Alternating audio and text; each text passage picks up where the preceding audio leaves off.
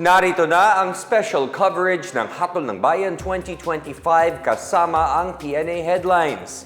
Bukas ang lahat o 100% ng mga polling precincts para sa midterm elections ngayong araw. Ayon kay Commission on Elections Chair George Erwin Garcia, bukas ang 74,000 presinto para serbisyohan ang mahigit 68 milyong botante sa buong bansa. Nagsimula ang early voting para sa mga senior citizens, buntis at may kapansanan kaninang alas 5 ng umaga, habang alas 7 nagsimula ang regular na oras ng botohan para sa lahat. Magtatapos ang botohan mamayang alas 7 ng gabi. May ilang presinto ang naantala ang pagbubukas, partikular sa Mindanao. Ayon kay Garcia, kinuha pa ng mga guro sa lokal na opisina ng treasurer ang mga gagamiting balota. May ilang presinto rin ang nakaranas ng aberya, teknikal at kawalan ng kuryente lalo na sa Central Luzon, Northern Mindanao, Cordillera Administrative Region, Davao Region at Bangsamoro Region. Gayunpaman, tiniyak ni Garcia na walang problema sa election paraphernalia at mga automated counting machines. Paalala naman ni COMELEC spokesperson John Rex Laudiangco sa mga botante, tingnan ng maigi ang mga ibinibigay sa kanilang balota at yakin na wala itong punit, marka o guhit.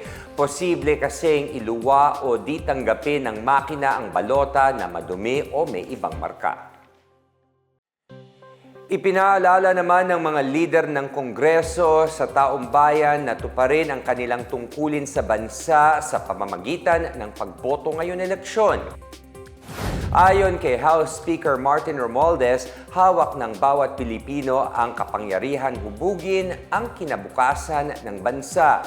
Aniya, ang pagboto ay hindi lang tungkulin bilang mamamayan kundi isang taimtim na gawa para sa demokrasya. Ipinaalala rin ni Romualdez sa lahat na bumoto ng may integridad at buong katapatan sa tungkuling makibahagi sa pagtatayo ng bansa. Panawagan naman ni Senate President Francis Escudero na lumahok ng mapayapa sa eleksyon at galangin ito bilang pagpapahayag ng demokrasya. Umapela rin siya sa mga kandidato na galangin at tanggapin ng mapayapa ang magiging resulta ng botohan. Tiniyak ng COMELEC na magiging mabilis, maginhawa at maayos ang proseso ng pagboto ngayong midterm elections. Ano naman ang naging karanasan ng mga kababayan natin sa kanilang pagboto ngayong araw? Alamin natin sa ulat na ito. Ngayon, sobrang haba ng pila. Ngayon ko lang to na-experience yung ganito kasi dati-rati diretso lang kami doon eh. Doon kami pumipila pero saglit lang. Pero parang maayos naman. Hindi kagaya dati no, kahit mabilis pero magulo yung ano-ano yung tao. Hindi lang ako. Mostly senior. Look at this senior. How could they go up sa second floor? Second floor po. Look at me perspiring. It's so difficult. And this has been done for the last elections pa. Hopefully, they'll change it the next. Sana sa ground floor. Nahirapan talaga. I hope they will understand.